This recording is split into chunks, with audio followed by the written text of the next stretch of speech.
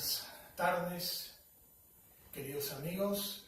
Aquí estamos en un nuevo video para nuestro canal de YouTube, Integritas Fidei, y siempre recomendando nuestros otros medios de apostolado en la web que tenemos, que es el blog de la revista Integrismo, que está alojado en Overblog, así le llama la plataforma. Entonces recomendamos este canal de YouTube, Integritas Fidei, y nuestro blog, y también los otros blogs que tenemos, Oblasio Munda, en francés y también en español, también alojados en Overblog. Hace tiempo que no hacemos un video, y bueno, por diversos motivos no hemos podido. Vamos a tratar de hacerlos cuando podamos. Los próximos tiempos no son muy fáciles, porque tengo viajes, etc. Pero cuando pueda, vamos a tratar de estar haciendo videos, y sepan disculpar si no aparecen por un tiempo a veces videos de misas, o aparecen de manera irregular estos videos, ¿no?, de respuestas ante la situación de la iglesia que estamos haciendo. Este video es un video un poquito especial, que quería hacer hace un tiempo, para responder a las preguntas de quienes nos ven, ¿no es cierto?, de quienes ven este canal de YouTube. He dicho que podían enviarme las respuestas a mi Facebook, perdón, las preguntas a mi Facebook. Creo que no he dicho exactamente cómo me encuentran en Facebook, las personas que quieran, que a lo mejor no estén dentro de mis contactos, ¿no? Estoy en Facebook como P. Héctor L. Romero, P. Héctor L. Romero, P de padre, ¿no es cierto?, Héctor L. Romero. Y voy a contestar algunas preguntas que algunos de mis contactos me enviaron, y los animo a mandarme más preguntas por mensaje por Facebook, ¿no es cierto?, mensaje privado de Facebook, o seguido de un post, pero si no, les puedo dar por privado, para que sea más prolijo, un correo electrónico para que me puedan enviar las preguntas. Así no tengo problema en encontrarlas después, porque a veces entre los posts que van viniendo al perfil, es como que unos posts tapan a otros y después cuesta encontrarlos. Entonces quizás sería más práctico darles un email por privado, por mensaje privado de Facebook, para que me envíen estas preguntas. Bueno, muy bien, paso directamente a contestar las preguntas, para poder contestar la primera pregunta, que tiene que ver con la cuestión de la nueva misa. Entonces, la pregunta es: el problema de la validez de la nueva misa, ¿tenemos certeza de su invalidez o solo duda positiva? En cualquier caso, se sigue la abstención, pero desde el plano teológico sacramental. Bueno, el tema de la validez de la nueva misa, y qué pasa con la nueva misa. Bueno, contestando a esto, ¿no es cierto? Ustedes saben, esto sobre todo es para las personas que están un poquito al tanto, ¿no?, de este problema, y conocen un poco el asunto, ¿no? Y quizás también les puede servir a alguien que descubra esto y tenga interés y continúe en su búsqueda, ¿verdad? Habíamos hecho un video donde explicábamos de dónde viene la nueva misa, qué es la nueva misa, y cuál es el problema que presenta la nueva misa a los católicos. No puedo hablar de nuevo de todas las cosas que hemos hablado en su momento acerca de la nueva misa, pero hago como comentario, ¿no? que uno ve, ¿no es cierto?, por ejemplo en Facebook, en Internet, que gracias a Dios hay gente que abre los ojos con Francisco, ¿no es cierto? Hay gente que va más hacia el lado conservador, diríamos así. Hay gente que le entusiasma la misa tradicional. De hecho, se habla, se puede decir más o menos que bastante acerca de la misa tradicional hoy en día, porque diferentes grupos de hecho la celebran. Pero habíamos explicado que aunque no toda misa tradicional puede ser considerada correcta. Pero aquí estamos hablando sobre todo de la nueva misa. Tiene algo que ver, ¿no? Tiene algo que ver, porque los grupos, por supuesto, ¿no? Los grupos que celebran hoy en día misa tradicional dentro, digamos así, de la estructura de lo que sería la iglesia oficial, por ponerle un nombre que no es muy correcto, esos grupos dicen la misa tradicional, pero la dicen aceptando la ortodoxia, la validez, la licitud de la nueva misa, como también aceptando la ortodoxia, validez, etcétera, de todas las reformas que se hicieron y que se están haciendo hoy en la iglesia. De otra manera no les conceden, ¿verdad?, la nueva misa, la misa tradicional. Entonces, obviamente que no se puede ir a esa misa de grupos, de personas, estoy hablando siempre de la misa tradicional, que aceptan el Vaticano II, que hemos explicado por qué está mal, que aceptan esa nueva misa que es protestante, etcétera, ¿no? Y además hay un problema también con el sacerdocio, con los ritos de ordenación. Habíamos explicado eso también, porque dentro de las reformas que se hicieron, se reformaron los ritos de ordenación sacerdotal, de consagración episcopal. Entonces se perdió la certeza acerca de todo. Esto nos va a servir para ir al asunto de la cuestión de la nueva misa. La misa nueva, nosotros explicamos, ¿verdad?, fue construida, fue elaborada con la ayuda de 6 pastores protestantes. Pablo VI convocó 6 pastores protestantes. De hecho, se dijo en su momento, todo esto ya lo expliqué, que esos pastores no eran meros observadores, sino que contribuían con sus consejos, que eran tomados en cuenta y aplicados. Eso se dijo incluso oficialmente, ¿no es cierto? Entonces tenemos esta nueva misa que está protestantizada, que es un símil, que es que tiene semejanzas, tiene muchas semejanzas con la misa, o la cena, mejor dicho, luterana, y también con las asambleas eucarísticas, llamémoslas así, anglicanas. Se parece al rito anglicano y al luterano. Entonces,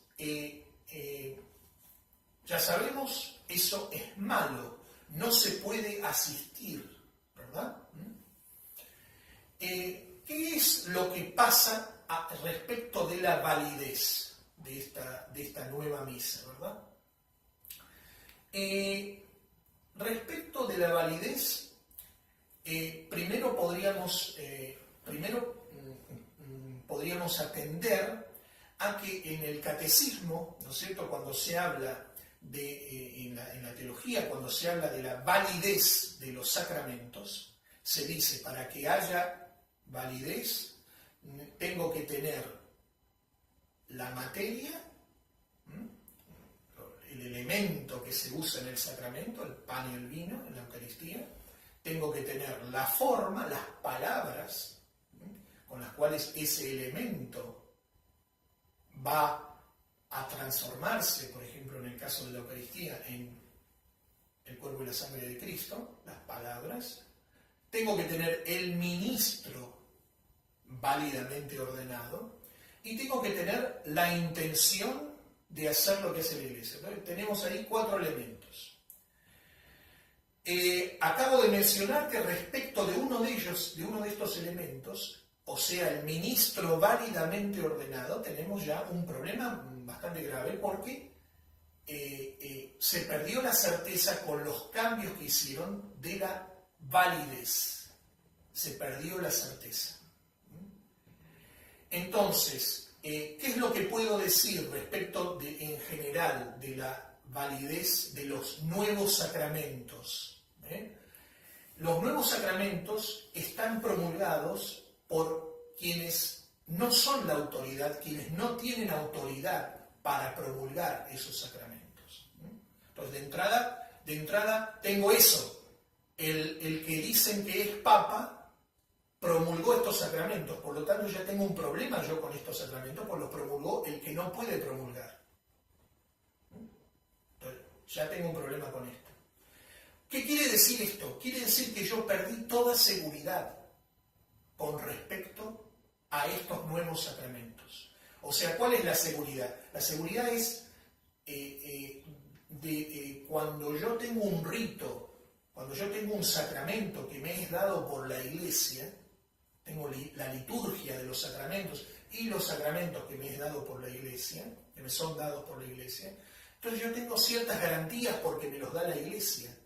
Los sacramentos que me va a dar la Iglesia van a ser los verdaderos sacramentos, van a ser sacramentos santos, van a ser sacramentos que van a producir la gracia, que van a ser efectivos, van a ser sacramentos que van a ser ciertamente válidos, que van a ser lícitos. O sea, tengo una serie de garantías cuando la Iglesia me da, a mí, me administra los sacramentos, y cuando la Iglesia promulga el rito de esos sacramentos. Pero acá ya perdí todas esas garantías porque me los da quien no es la autoridad de la Iglesia. Y además yo constato con mis ojos, constato cuando entro alguna vez o he visto fotos, entro alguna vez en una nueva iglesia, en una iglesia del Novus Ordo, o he visto fotos y veo cómo son esos nuevos sacramentos, veo que eso es muchas veces cualquier cosa menos los ritos de la Iglesia. Entonces ya tengo un problema por quién me los da, tengo un problema en sí mismo, lo que me dan, y además después tengo un problema un poquito más, si detallamos un poquito más en lo que me dan, pues tengo mayores problemas. ¿Por qué? Porque, como dijimos antes, por ejemplo, la nueva misa está construida para parecerse a la cena luterana. Y entonces de ahí le vienen los problemas a la nueva misa. Lo que yo quiero decir en general es que estos nuevos sacramentos no son seguros. No pueden asegurar ni la santidad, ni la validez, ni la licitud, nada de eso, porque no son los sacramentos de la Iglesia. Entonces lo mínimo que se puede decir es que no son seguros. Para yo poder decir más y con total seguridad decir eso es totalmente inválido, ¿no es cierto? Con absoluta seguridad yo tendría que ser la Iglesia. Pero no me hace falta ni siquiera tener una seguridad total de que eso es absolutamente inválido. ¿Por qué? Porque yo ya no tengo más la seguridad que me da la Iglesia cuando me entrega sus sacramentos, viendo que me los da quien no es la autoridad de la Iglesia, y viendo cómo son esos nuevos sacramentos. Entonces, esto lo puedo decir en general. No estamos seguros de nada con esos sacramentos. Respecto de la validez tampoco. Para decir a 100% con autoridad y de manera definitiva son absolutamente inválidos, yo tendría que tener la autoridad de la Iglesia. Pero no me hace falta, repito, porque con la carencia de certezas que tenemos es suficiente. Sabemos que eso es malo, que hay que evitarlo, y que no tiene las certezas de los sacramentos de la Iglesia. Ahora, voy a la nueva misa, eso como principio, voy a la nueva misa. La nueva misa además tiene problemas adentro del rito, obviamente. Las palabras absolutas o sea, si vamos a las palabras exactas, la forma del rito, porque esto es mi cuerpo, porque esta es mi sangre. Bueno, estrictamente hablando, esas palabras están. Pero si vamos a la teología, Santo Tomás, otros autores, etc., en el caso de la Eucaristía, por ejemplo, no sería solamente esa pequeña sentencia, ¿verdad? Porque esto es mi cuerpo, porque esta es mi sangre, sino que estaríamos hablando incluso para la validez también de todo, de toda la fórmula, ¿verdad? Donde están esas palabras, ¿verdad? El cual, la víspera de su pasión, etc. Entonces, eso está un poco cambiado en la nueva liturgia. Pero incluso se pueden decir más cosas respecto de esto. Por ejemplo, en el caso de la consagración del vino, se hace más evidente. ¿Por qué?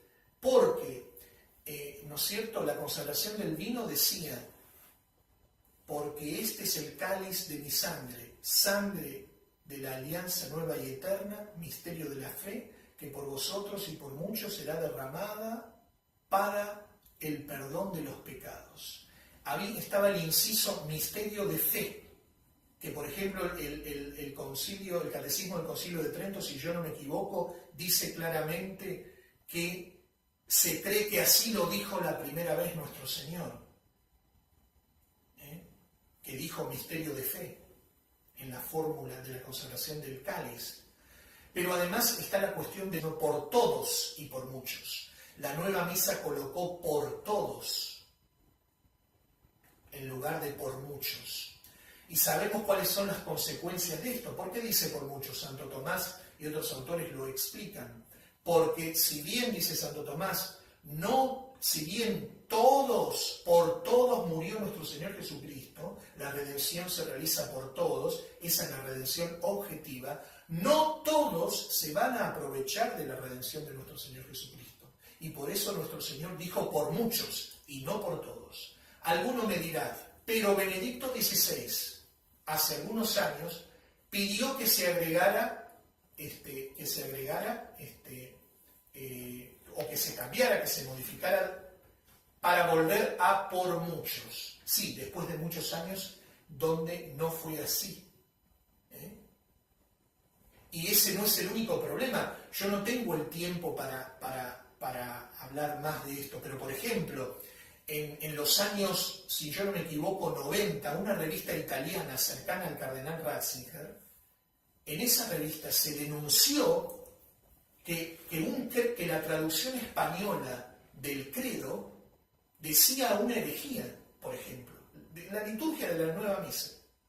¿Por qué? Porque decía, en vez de decir acerca del verbo que decimos en el credo de Nicea-Constantinopla, de la misa, en la misa tradicional, decimos que el verbo es consustancial al Padre. Consustancial, es una única cosa, una única sustancia con el Padre.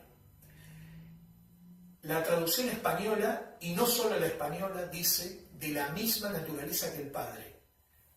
Y esa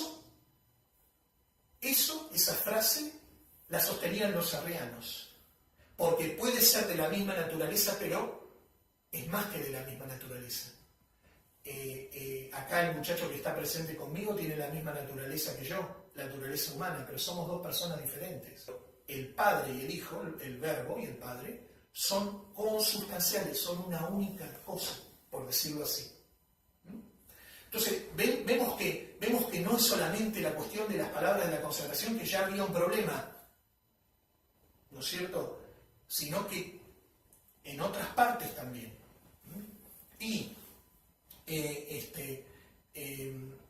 están estos problemas, ¿verdad? Y además hay otro problema más, ya que hablamos del canon, ya que hablamos de las palabras de la consagración. En las rúbricas de la misa tradicional, eso se puede leer en varias publicaciones tradicionales. Cuando ustedes vamos al canon, ustedes van a ver que la caligrafía, por ejemplo, en las páginas del canon, es más grande, las letras son más grandes que en el resto del misal. ¿Por qué? Porque vamos a empezar la oración más solemne de la iglesia, dentro de la cual están las palabras de la consagración. De hecho, las palabras de la consagración están en todos los misales, están destacadas del resto de las otras palabras. No continúan como las otras oraciones del canon, una continúa la otra, sino que se hace un espacio, están las rúbricas, las indicaciones para el sacerdote, y muchas veces las palabras de la consagración incluso están todavía más grandes que el resto de las otras oraciones. La caligrafía es todavía más grande, ¿no es cierto? Está indicado específicamente que el sacerdote tiene que decir, o sea, la teología lo enseña así, el sacerdote tiene que decir estas palabras en tono imperativo. Tiene que decir estas palabras. Fíjense ustedes que cuando el sacerdote dice en la misa, esto es mi cuerpo, en realidad él está leyendo lo que sucedió el Jueves Santo. Y sin embargo no dice, este es el cuerpo de Jesús. ¿Qué es lo que quiero decir con esto? Que el sacerdote está celebrando in persona Christi. Disculpen ustedes si por ahí, tratando de explicar estas cosas, tiene cierta complicación y a veces uno cuando está hablando así de manera improvisada puede deslizarse algún error, pero se entiende bien lo que quiero decir. O sea, el sacerdote no dice esto es el cuerpo de Jesús. El sacerdote dice esto es mi cuerpo. ¿Por qué? Porque hace suyas esas palabras, porque Jesús es el que obra en ese momento a través de él. Jesús es el que consagra, no el sacerdote. A través del sacerdote. El sacerdote es utilizado como un instrumento. Y por eso el sacerdote dice las palabras como las dijo Jesús. De la manera que las dijo Jesús. De manera como quien da una orden. Esto ya no es pan, ahora es mi cuerpo, el cuerpo de Jesús. Pero la nueva misa dice que estas palabras han de leerse en tono narrativo. ¿Saben cuál es la diferencia? El tono imperativo es la orden, pero el tono narrativo es como aquel que cuenta una historia que la ve desde afuera. Si yo leo la epístola en la misa y digo, Jesús dijo, pues de hecho está la epístola de San Pablo, ¿no es cierto? Jesús dijo, esto es mi cuerpo.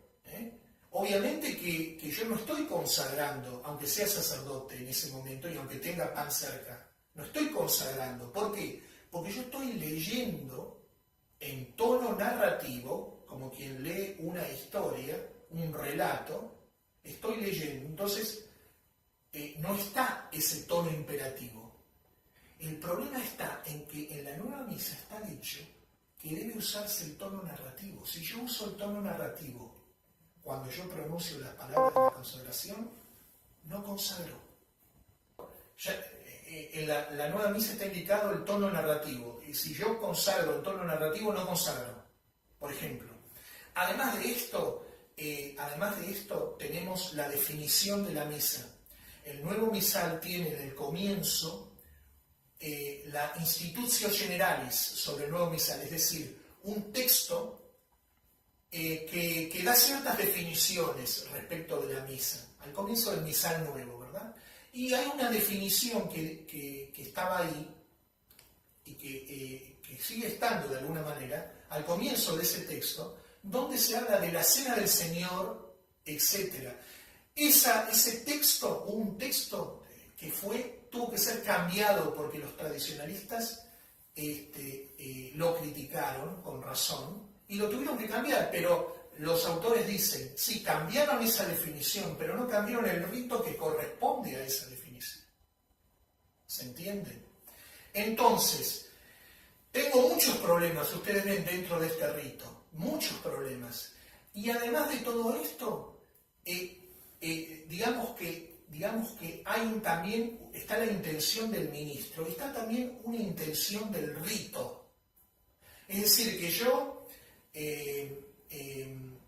si un sacerdote en la misa tradicional, por ejemplo, no tiene la intención actual, o sea, en el momento preciso que está haciendo la acción, tiene, sin embargo, los autores lo dicen, la intención virtual, es decir, que se comprende que tiene la intención de celebrar la misa y de consagrar desde el momento que llega a la iglesia, se pone los ornamentos y va a salir a celebrar, aunque esté distraído, incluso en el momento de la consagración. ¿Por qué? Porque se entiende que si hace todos los ritos, ¿verdad?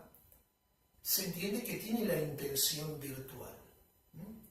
¿Y por qué? Porque además todo el rito de la iglesia lo lleva a él a consagrar válidamente. Con solo realizarlos ya lo lleva a consagrar válidamente. El problema está en que la intención del rito nuevo, si el sacerdote estuviera más o menos distraído, digamos, la intención de ese rito, donde están todas esas ceremonias, no es católica. Si uno se deja llevar por la intención de ese rito, pues no consagra. Entonces, ven los problemas que tenemos. Y para terminar con los problemas de la nueva misa, termino diciendo esto nada más. Hablamos de la cuestión de la consagración, que es hasta cierto punto un problema. Pero un problema que tiene la nueva misa es, hablamos antes de una definición de la nueva misa, es precisamente la definición de sí misma que da. ¿Dónde está la definición de la misa? ¿Dónde la veo? ¿Dónde me doy cuenta qué es la misa? ¿Saben dónde? En el ofertorio. Si tú te fijas, si tú vas a tu misal tradicional y te fijas en las oraciones que el sacerdote dice durante el ofertorio, está muy claro que esta es una hostia, que se ofrece en sacrificio, que nuestro Señor es ofrecido en sacrificio, etc. Está toda la teología del sacrificio en el ofertorio. El ofertorio es realmente el momento donde el sacerdote va a preparar esa materia para el sacrificio, y está bien claro que esto es un sacrificio, que se va a inmolar nuestro Señor en este sacrificio. El problema está en que en la nueva misa no hay ofertorio, hay presentación de dones, que son llevados en procesión, ¿verdad? Etcétera. Y precisamente eso, el cambio de mentalidad, ya, eso, presentación de dones, yo ofrezco a nuestro Señor no solamente incluso el cáliz y la hostia, sino que le ofrezco más cosas. Ustedes ven lo que pasa en las procesiones de la nueva misa. Le llevan cosas al sacerdote, le llevan elementos al sacerdote. Y hasta en las oraciones está dicho eso. Mientras las oraciones del ofertorio tradicional me hablan de la hostia inmaculada que va a ser ofrecida, hay oraciones del ofertorio que incluso cambian también, que dicen: bendito sea Señor por este pan, fruto de la tierra y del trabajo del hombre. Hostia inmaculada. El pan, fruto del trabajo del hombre. Y además otra cosa, ¿saben quién ofreció el fruto del trabajo del hombre? Caín. ¿Saben quién ofreció un cordero, la víctima inmaculada? Abel. Hace falta que dé más explicaciones, ¿verdad? Y además termino con esto, el ofertorio, ¿saben quién odiaba el ofertorio católico? Lutero. Decía que era abominable. ¿Por qué? Porque no podía estar más claro la teología del sacrificio que en el ofertorio de la misa católica. Entonces, conclusión de todo este problema, no tengo para nada seguridad de la validez de la nueva misa. No puedo asistir a la nueva misa, y eso es más que suficiente. Una última cosa, ¿no? Tocando las palabras del Evangelio del Señor, cuando dice que por sus frutos se conoceráis, y hay que ver la evolución del error del novus sordo, que empezó con una misa semitradicional, ingresando el latín en partes, y que ahora ha terminado con ministros de la Eucaristía, con danzas, pero sobre todo dándole la comunión a los divorciados. Entonces no puede ser fruto de Dios o obra de Dios algo que va en contra del mismo Dios. Ahora vamos a contestar algunas preguntas más. Entonces respondo a las preguntas que me quedaron. Hay una persona que pregunta sobre los hechos de la confusa fumata blanca cuando salió electo Juan XXIII, y cuál sería el papa que dicen que habría sido el verdadero y su supuesta ocultación. Bueno, hay gente que habla de estas cosas, ¿verdad? De el Papa Siri, ¿no? Sería el caso, o el cardenal Siri, ¿no? Hay otros incluso que dicen que Pablo VI tenía un doble, ¿verdad? Y que en realidad que Pablo VI se arrepintió de hacer las cosas que hizo, sobre todo la nueva misa, y siguieron con un doble el Vaticano, ¿no es cierto? Hay muchas historias, ¿no? Yo creo que no hay que apoyarse en estas cosas, que son totalmente dudosas, además. Primeramente, lo que pasa en un cónclave normalmente está bajo juramento. ¿Cómo se puede saber lo que pasó? Alguno me puede decir, sí, bueno, pero son todos modernistas, son capaces de hacer cualquier cosa. Bueno, sí, pero eso tampoco es una prueba de nada, o sea. Y en segundo lugar, el cardenal Siri es un cardenal conservador, por cierto, pero el cardenal Siri aceptó públicamente la misa nueva y las reformas. Entonces es como esta historia del cardenal Siri, lo mismo que las historias acerca de Pablo VI, me hacen acordar a la gente que se basa en historias y no en argumentos y no en la doctrina. Por ejemplo, en el caso de Ratzinger también. Hay gente que dice, no, Benedicto XVI, ¿cuánta gente dice hoy? Benedicto XVI es el Papa verdadero, porque lo obligaron a renunciar, porque la mafia de San Galo, porque en realidad él no dice lo que piensa, lo obligan, no sé, lo drogan, de Pablo VI lo decían eso, etcétera, etcétera, etcétera. Pero bueno, ¿verdad? Después podríamos hablar de los dobles que tiene tal personalidad o tal otra. Pero todo eso no es doctrina. Yo recuerdo, y es lo que puedo decir acerca de esto, ¿no? Yo no digo que alguien lo pueda pensar, más o menos, pero recuerdo lo que decía el padre Gerard de Laurier, por ejemplo, acerca del caso de Pablo VI. Me decía, a los que hablaban de un doble, decía, yo lo que sé es que el Pablo VI público defiende errores y herejías. Y eso es lo que a mí me importa. Claro, hay que basarse en argumentos, en doctrina, porque si no, ¿a dónde vamos, verdad? También está el que dice que lo mataron a Pío XII, no sé. Muy bien. Entonces, mi respuesta a esto es, si entramos en este género de cosas, no se termina más.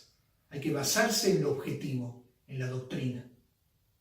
Y con lo que yo veo, es más que suficiente para imaginarme o sospechar cosas. Eso es lo que puedo contestar. Después, otra pregunta, ¿no es cierto?, acerca de las divisiones entre los sedevacantistas y aquellas personas que se oponen a las consagraciones de Monseñor Gondentuk. Entonces, la pregunta sería, por qué hay tanta división en el campo sedevacantista, en particular respecto de este problema de las consagraciones de Monseñor Tuc. Bueno, lo que puedo decir respecto de por qué hay tanta división entre los sedevacantistas, hay tanta división entre los sedevacantistas como hay tanta división entre los tradicionalistas, porque hay una crisis en la Iglesia. Y como podría citar a Monseñor Sambor, él decía, precisamente porque no hay papa, por eso hay tantas divisiones. El papa es la garantía de la unidad, es la prueba de que no hay papa. Los católicos están divididos. Sí, es verdad, es verdad. Entonces las posiciones se deben a esto. ¿Qué es lo que hace un papa? Bueno, un papa precisamente cuando hay diferencias de opiniones, sobre todo en materia teológica, ¿verdad? Él zanja la discusión de manera definitiva y nadie puede oponerse a su dictamen en materia de doctrina, ¿verdad? Entonces, bueno, no lo tenemos al Papa. Entonces, por eso existen las divisiones. Eso por un lado podríamos decir, ¿no es cierto? También otro motivo por el cual existen divisiones es, porque son varios, ¿no? Otro motivo es que esas divisiones muchas veces son buenas. Muchas veces son buenas. En la Iglesia ha habido divisiones, o mejor dicho, entre los católicos ha habido divisiones, cuando algunos católicos no querían aceptar ciertas doctrinas. Y hoy en día hay divisiones entre los sedevacantistas. Yo hice un post acerca de esto, está en mi perfil, las divisiones existentes entre los católicos. Y hoy en día hay divisiones entre los sedevacantistas que son buenas, que están bien. Hay que estar divididos en algunas cosas, porque no se puede hacer la unión donde no hay elementos en común, sobre todo los más importantes, sobre todo elementos en común doctrinales. ¿Qué quiero decir con esto? Por ejemplo, ¿cómo yo puedo estar con alguien que quiere elegir un papa? No se puede. Primero, por sentido común no se puede. ¿Cómo yo puedo estar con sacerdotes que no tienen formación teológica en un seminario o una formación regular, ¿verdad? Como la da la Iglesia y como pide la Iglesia? Porque el hecho de que estemos en crisis no quita que uno tenga que tener esa formación, porque si no los desastres pueden ser muy grandes, de hecho los hay. Entonces, por ejemplo, si no hay esa formación teológica, académica, etc., tampoco se puede estar en unión. Y así con otras opiniones o posiciones que pueden ser muy importantes y pueden estar basadas, como de hecho lo están en muchos casos, en la doctrina. Por ejemplo, el tema de la misa unacum. ¿Cómo puedo trabajar junto con sacerdotes que dicen que se puede ir a la misa unacum? Que la gente puede ir a una u otra. ¿Cómo puedo trabajar? No se puede. Entonces, vemos ahí elementos sobre los cuales no puede haber unión. Y después, esta cuestión de la unión es una cuestión relativa. ¿Qué quiero decir con esto? Hay gente que insiste mucho en la desunión o en la división. Es relativo. ¿Por qué?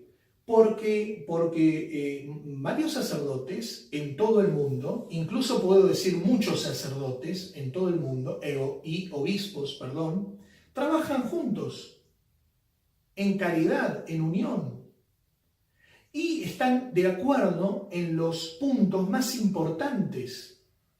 Por ejemplo, celebran non unacum, sin unión con el modernismo. Celebran fuera de toda comunión su misa con los modernistas. Eso es un punto muy grande a favor y profesan íntegramente la fe católica. Y eso es un punto muy grande a favor y rechazan Vaticano II y la nueva misa, etcétera, etcétera. Entonces, tampoco hay que exagerar, existe la división, pero tampoco hay que exagerarla porque también es relativa. Ahora, para terminar, el punto de las consagraciones TUC. El punto de las consagraciones TUC, primero, no toca directamente a la cuestión sedevacantista, a la posición sedevacantista. No toca directamente. Es decir, si me pongo a hablar de las consagraciones de Monseñor TUC, yo no estoy hablando de la posición sedevacantista. De hecho, hay personas de diferentes posiciones que rechazan o aceptan estas consagraciones. Por ejemplo, voy a dar un ejemplo. Hay sedevacantistas que rechazan estas consagraciones. Y hay personas que no son sedevacantistas y admiten que sean válidas, etc. Esta cuestión es una cuestión que tiene su importancia, pero que no está hablando de la posición sedevacantista en sí misma. Después, la cuestión esta, repito, desgraciadamente hay divisiones porque la gente se fija en cosas a veces que no son doctrinales. Lo que al principio hablábamos de la cuestión del Papa Sirio, del Pablo VI, o lo que fuese, a veces sucede también esto. Por ejemplo, voy a poner un ejemplo, precisamente tiene que ver con esto. Hay sedevacantistas que no aceptan las consagraciones de Monseñor Lefebvre, o las ordenaciones de Monseñor Lefebvre. ¿Por qué? Porque Monseñor Lefebvre fue ordenado supuestamente por un masón que era el cardenal Liénard. Entonces un masón no puede consagrar válidamente. No sé dónde lo sacaron a eso, porque el catecismo nos enseña que un musulmán o un judío pueden bautizar válidamente. La intención, de hecho, es un mínimo la que se pide. Y la intención la tengo que presumir desde el momento de que el sacerdote utiliza el rito de la iglesia y realiza las ceremonias de la iglesia. Entonces hay gente que, basado en que supuestamente el cardenal Liénard era masón, Monseñor Lefebvre no sería ni sacerdote ni obispo porque Monseñor Lefebvre fue ordenado y consagrado por el cardenal Liénard. Pero eso es un error. De la misma manera que es un error, que Monseñor TUC no haya tenido la lucidez como para celebrar o consagrar válidamente. También es un error.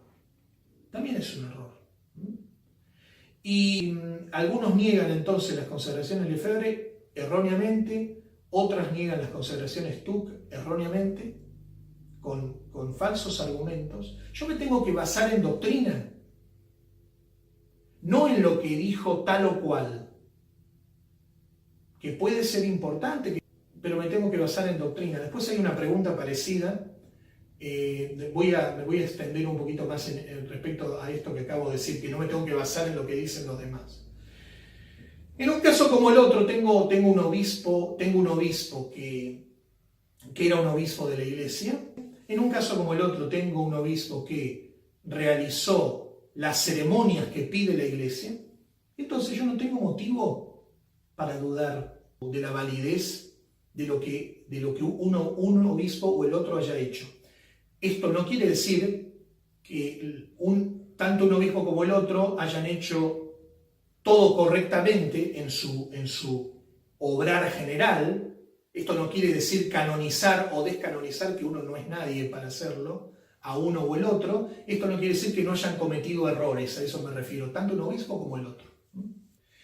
La otra pregunta que me hace esta persona dice: ¿considera usted, padre, que exista la posibilidad de que algún día tengamos nuevamente un vicario de Cristo verdadero? ¿O ya se avecina el final de los tiempos sin que esto pueda suceder? Bueno, esto daría también para largo, ¿no? Porque tampoco yo me baso en la cuestión del final de los tiempos, que hay que basarse en la doctrina, ¿verdad? Hay que basarse en argumentos doctrinales. Si es el final de los tiempos, si no es el final de los tiempos, uno tiene que creer en la fe católica, como dice el credo de San Atanasio, sin la cual nadie puede salvarse, ¿no es cierto? La tienen que creer íntegramente. Que nuestro Señor venga mañana o que nuestro Señor venga en 100 años, la salvación es la misma y la fe es la misma. Y tengo que creer en todo aquello que me enseña la Iglesia. Punto, ¿verdad? No, ni más ni menos.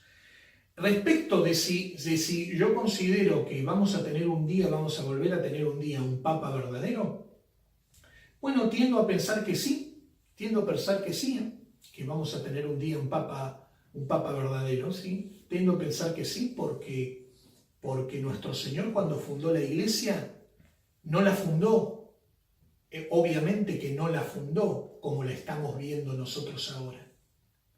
Y obviamente que la Iglesia en estos momentos, o hace algunas décadas, vive, como decía el padre Gerard de Laurier, un estado de violencia. No es normal, ¿verdad? Bueno, hay algunas razones de conveniencia que nos hacen suponer que eso pueda tener un final, que uno pueda llegar a volver a ver el restablecimiento del orden, ¿verdad?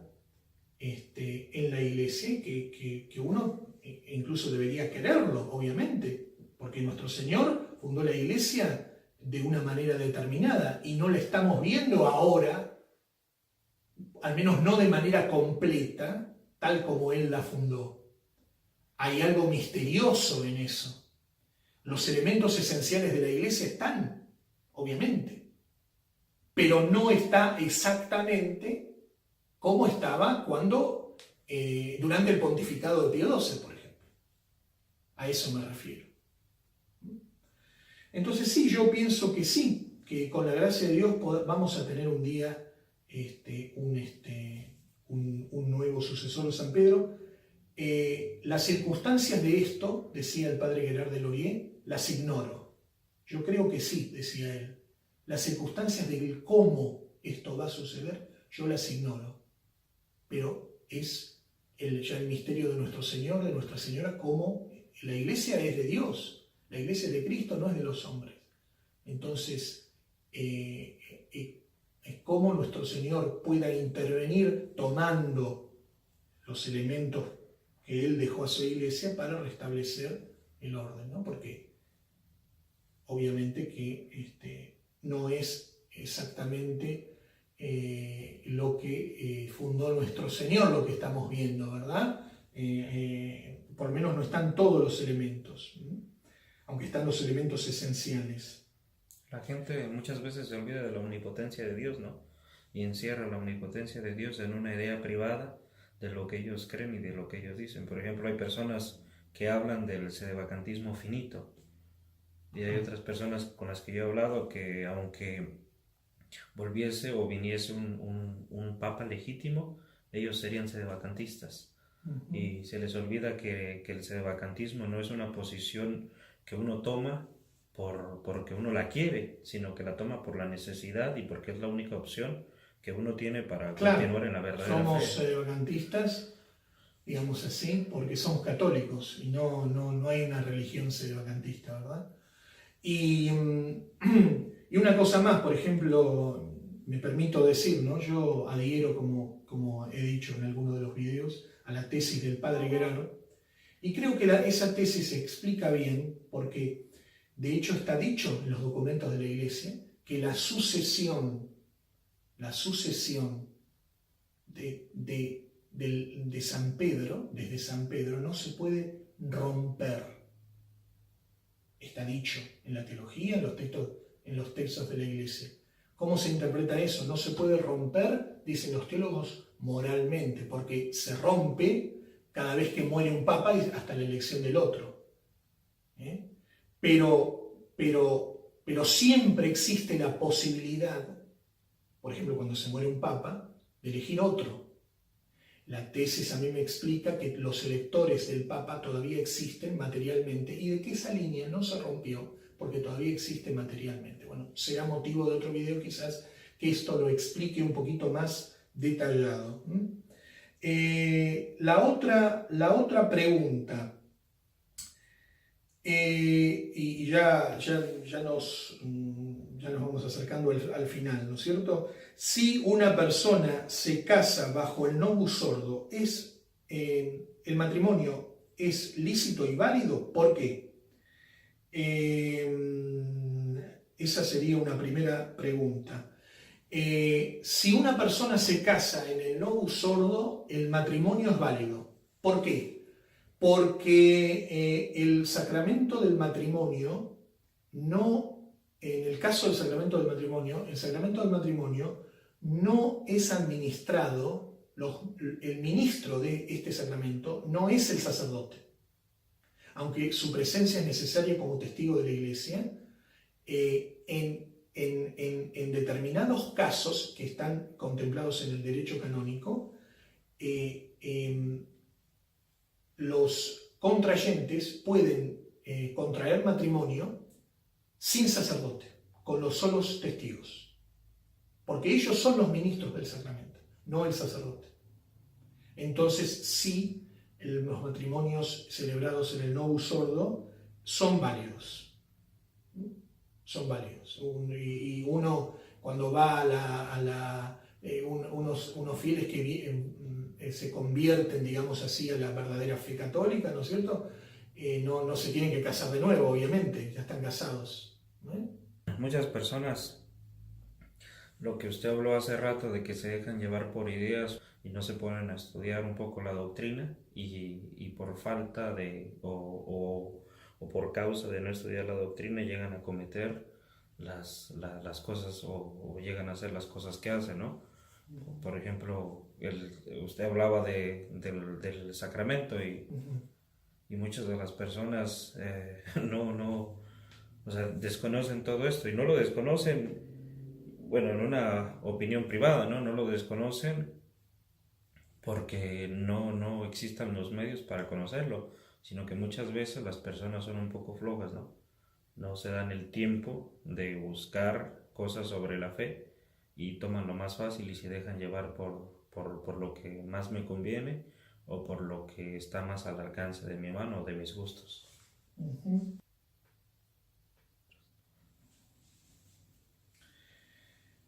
¿Es posible que alguien pueda reconciliar, otra pregunta, ¿es posible que alguien pueda reconciliar la sujeción a un supuesto papa que viola algún mandamiento, que transgrede algún dogma de fe y enseña errores doctrinales y al mismo tiempo llamarse tradicionalista? ¿Por qué?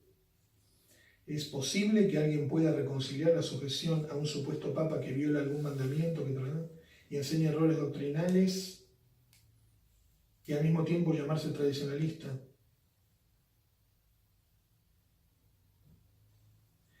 Lo que yo entiendo de la pregunta es que es posible llamarse católico o tradicionalista cuando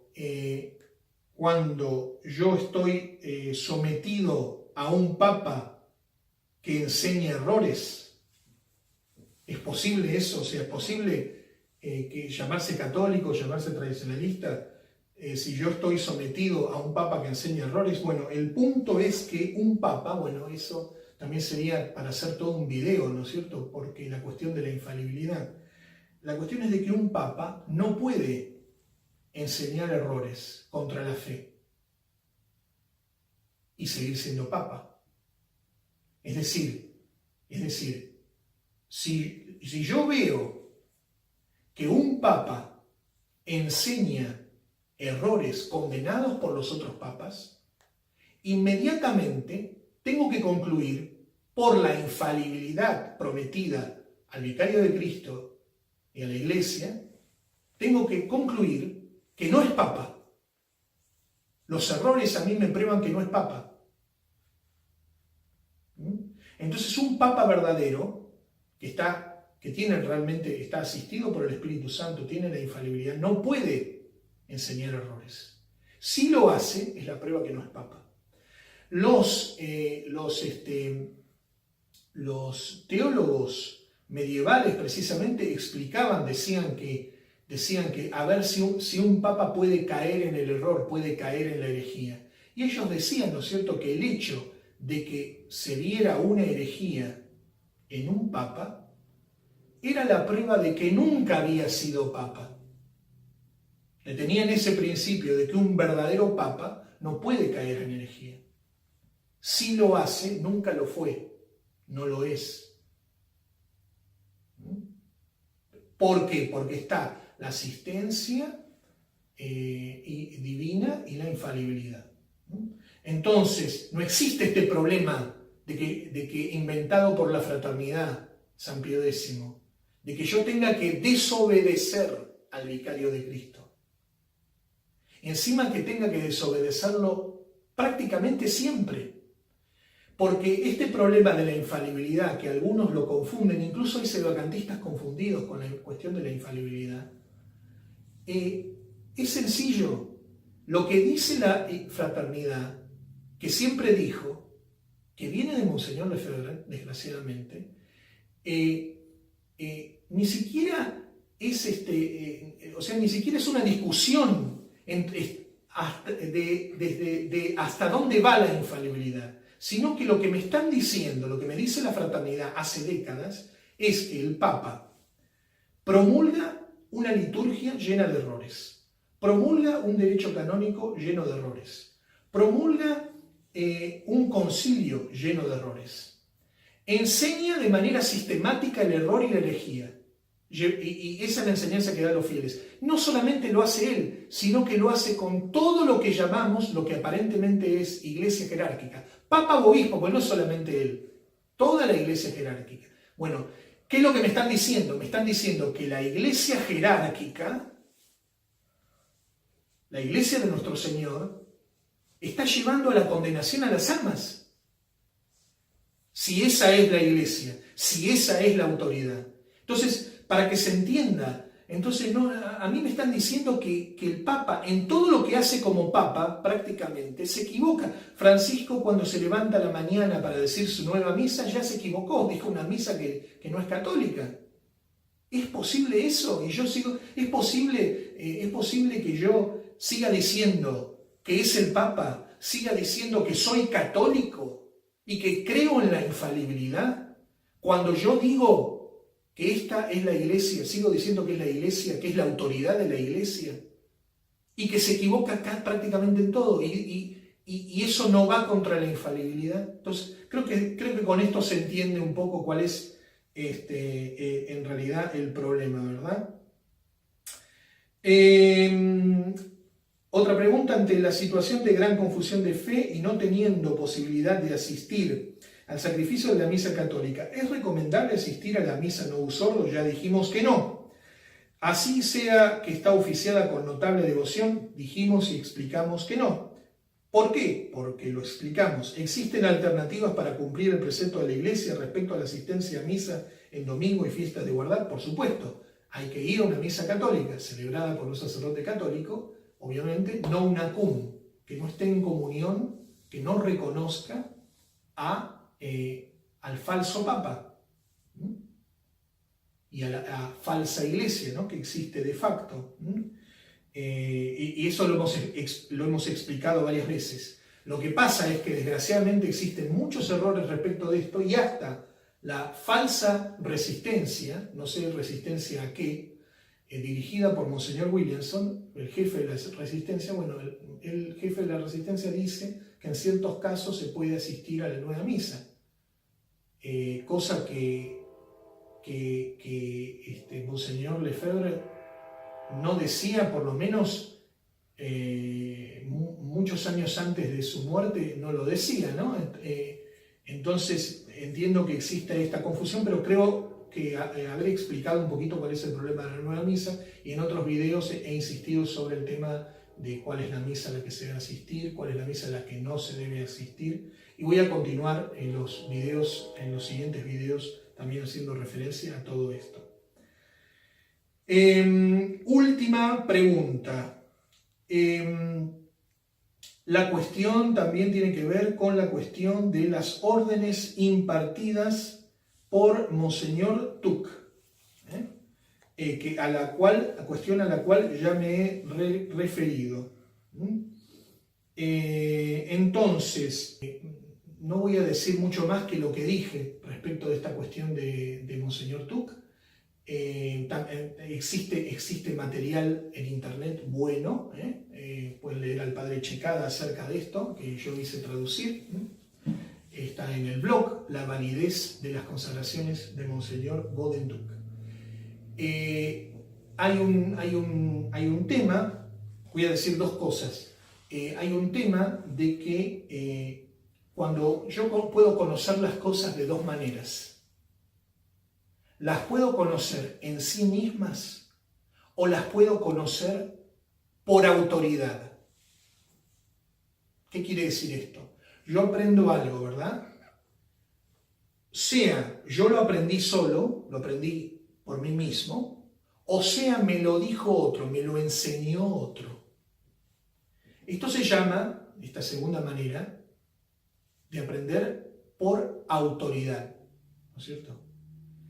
Obviamente el conocimiento por autoridad es inferior al conocimiento que se tiene por uno mismo, por los argumentos en sí. Yo creo esto o pienso esto por estos elementos. Entonces yo los conozco, esos elementos, los he estudiado por mí mismo, los puedo exponer. Eso es más fuerte que alguien que dice, yo creo en esto o acepto esto porque me lo dice tal persona. No lo entiendo del todo, a lo mejor, pero lo entiendo, lo sigo porque me lo dice tal persona. Bueno, apliquemos esto a la cuestión de Monseñor Godentuk.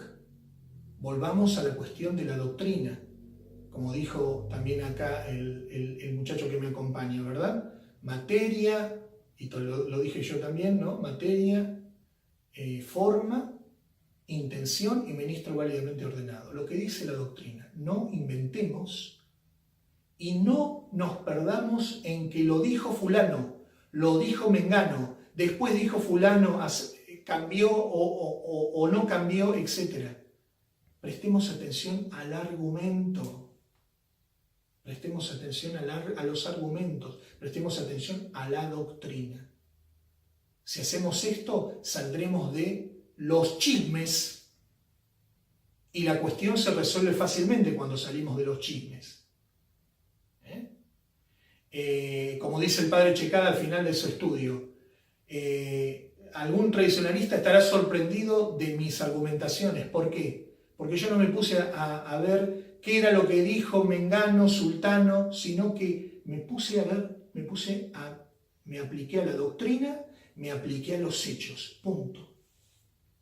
No a lo que dicen las personas. Las personas tendrán un valor secundario, pero hechos, doctrina, etc. Y después, otra cosa, es que, repito, en segundo lugar, lo que dije antes, los obispos no son infalibles. No son infalibles. Son infalibles cuando tienen jurisdicción y en unión con el Papa, cuando forman parte del magisterio ordinario universal. Pero no fuera de eso. Los obispos pueden cometer errores graves también. Eso no invalida lo que hayan hecho. Eso no invalida sus sacramentos. Y aparte, para terminar con este asunto, lo que quiero decir también es de que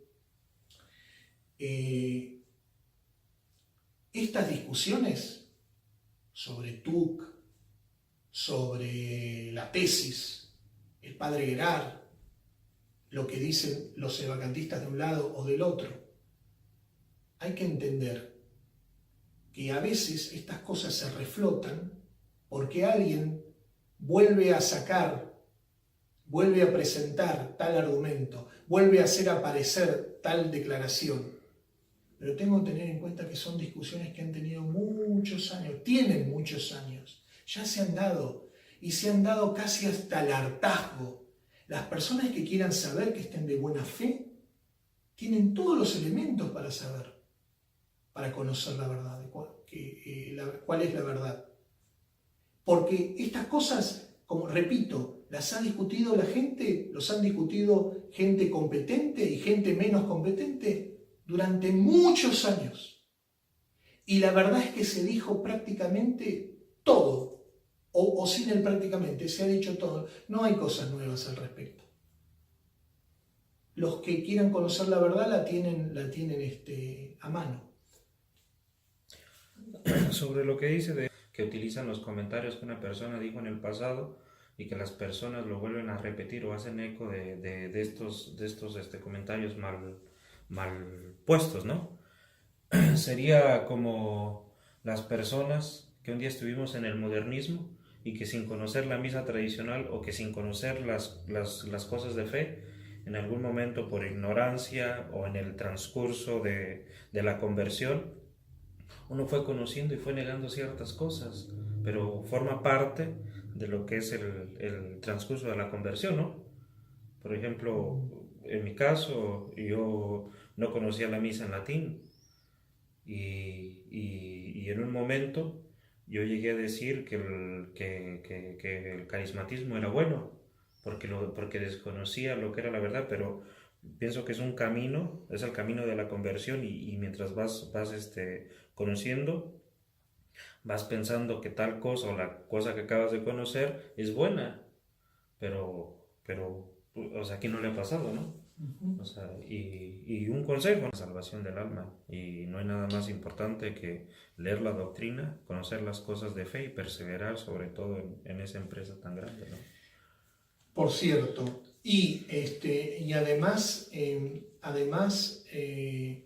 como dije antes, estas cosas tienen muchos años, ya se han dicho y redicho, no se asusten porque alguno las vuelve a proponer por aquí y por allá. Vayan a ver lo que ya se ha dicho, las respuestas que ya se han dado y con mucho detalle en muchos casos.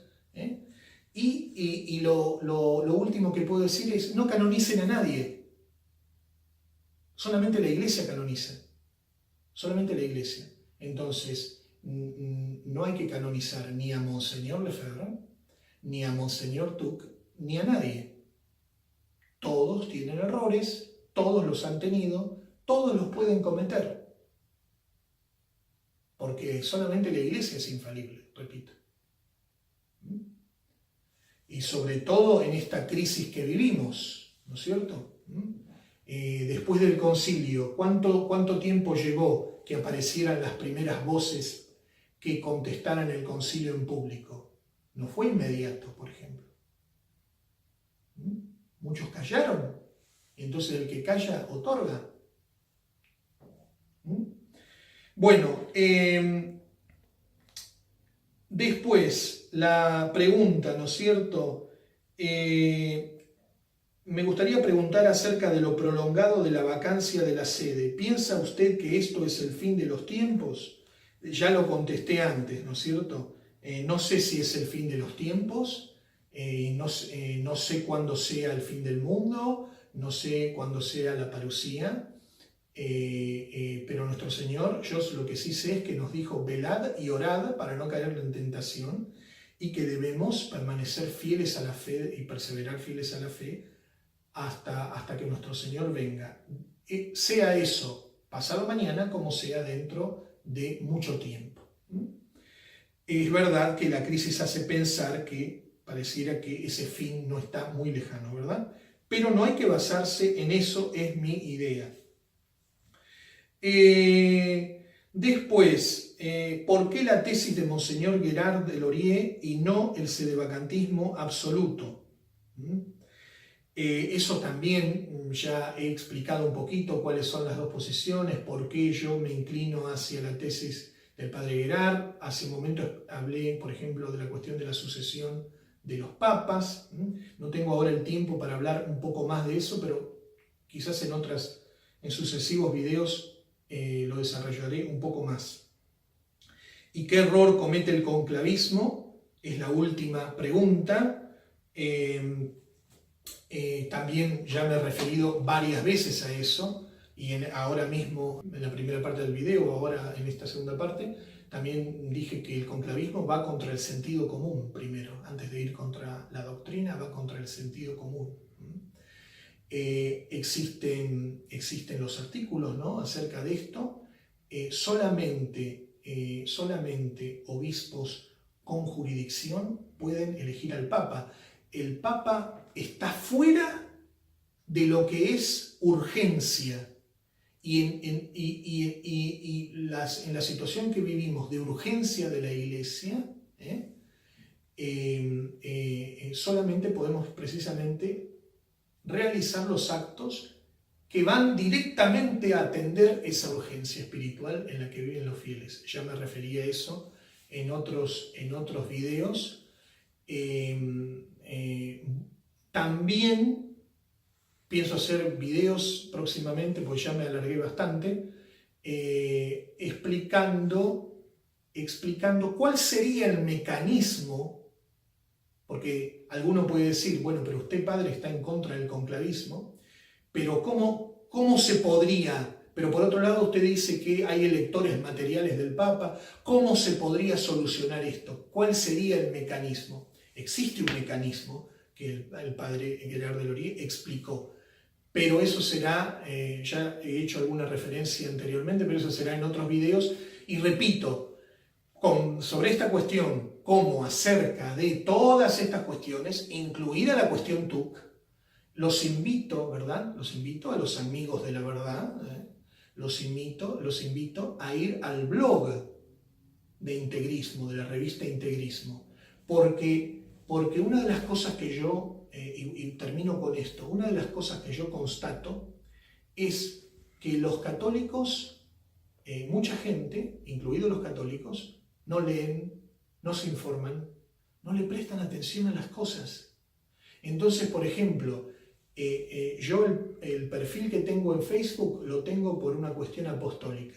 Lo tengo para tratar de difundir la verdad, para tratar de difundir la doctrina, la teología, para tratar de difundir el amor a la patria, para tratar de difundir los verdaderos principios políticos. Y es lo que hago permanentemente en mi perfil de Facebook.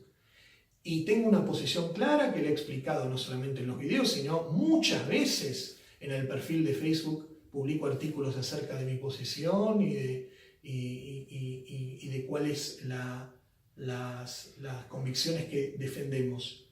Pero hay gente que vuelve, que pide amistad en el Facebook y habla sobre cosas o te hace preguntas sobre cosas que te das cuenta que no leyó el perfil donde está, que no sabe lo que dice la persona a la cual le pidió amistad. O sea, no ha visto nada. Entonces habla de tal cosa. Por ejemplo, uno critica a Francisco y aparece alguno diciendo, ¿por qué lo critica? ¿Cómo por qué lo critica? Revise el perfil, señor. Mire todas las críticas y fundamentaciones que se han hecho. O sea, es lo primero que hay que hacer. O sea,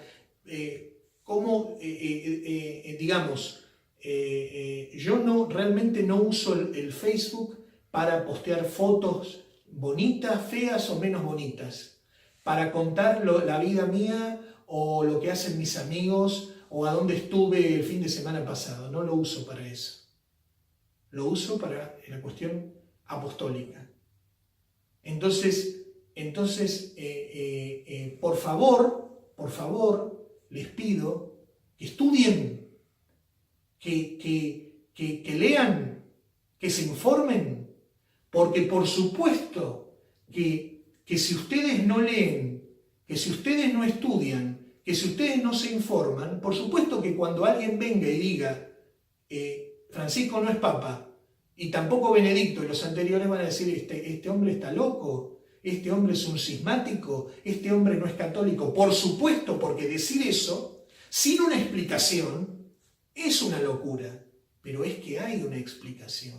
Entonces, por favor, los invito a interiorizarse, a leer en el perfil. Tienen material, en mi blog tienen material, en el blog de la revista Integrismo tienen mucho material acerca de la cuestión TUC, acerca de la cuestión de la tesis, acerca del sedevacantismo en general.